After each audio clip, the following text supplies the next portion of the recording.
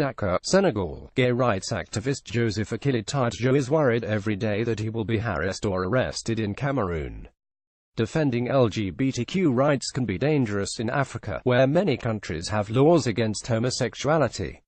But in recent years activists have stepped out of the shadows, empowered by the support of the Obama administration and the international community. Now many fear the Trump administration will undermine those gains, and that their exposure could make them more vulnerable if support fades. "I have so many worries with the new administration," the 32-year-old Tidjo said, pointing out Trump's ban on transgender people in the U.S. military. Obama was known to be very engaged. Hillary Clinton was a champion of LGBT rights and made many guarantees in addressing these issues. Specifically, Ugandan men hold a rainbow flag reading "Join hands to end LGBTI genocide" as they celebrate on August 9, 2014 during the annual Gay Pride in Entebbe, Uganda. Isaac Kasmani Upgati images Obama's administration made LGBTQ rights a major domestic and foreign policy, though some in Africa saw it as pushing Western ideals. The Obama administration also created a special envoy position on LGBTQ rights. The Trump administration has said it will keep the post, but concerns remain. The difference with the previous administration was that the rights of LGBT people were explicitly part of foreign policy.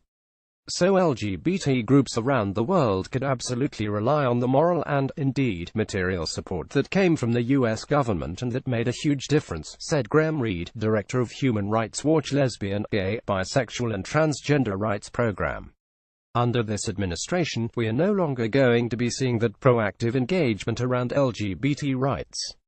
Though the Trump administration's overseas policies on LGBTQ rights remain to be seen, the erosion of domestic advances directly undermines the authority of the U.S. to speak out internationally, Reid said.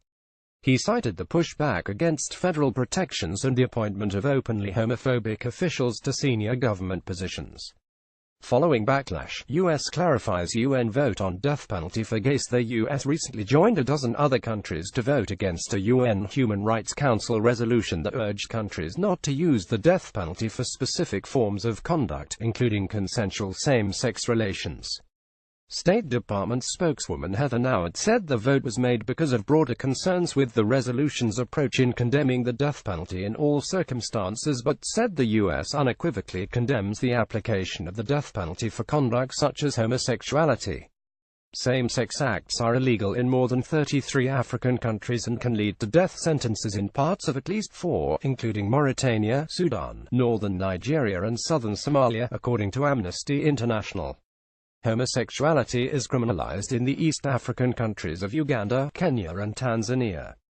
In Tanzania, authorities recently stopped health providers from non-governmental organizations from providing services to LGBTQ people.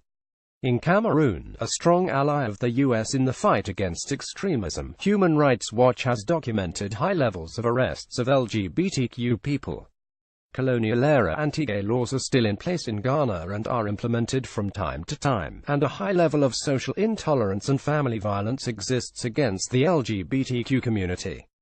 In Gambia, where former leader Yahya Jammeh made aggravated homosexuality punishable by life in prison, activists are waiting to see whether new President Adama Barrow will amend the law. In Senegal, violence is directed at LGBTQ communities, along with arrests, according to Human Rights Watch. In practice, the act is criminalized so it can be used broadly to detain people based on their orientation, said Francois Pachul, a West Africa researcher for Amnesty International. But despite setbacks in some countries, there have been some gains, Pachul said. The African Commission on Human and People's Rights in 2014 adopted a resolution condemning violence and discrimination against gay, lesbian, bisexual and transgender people.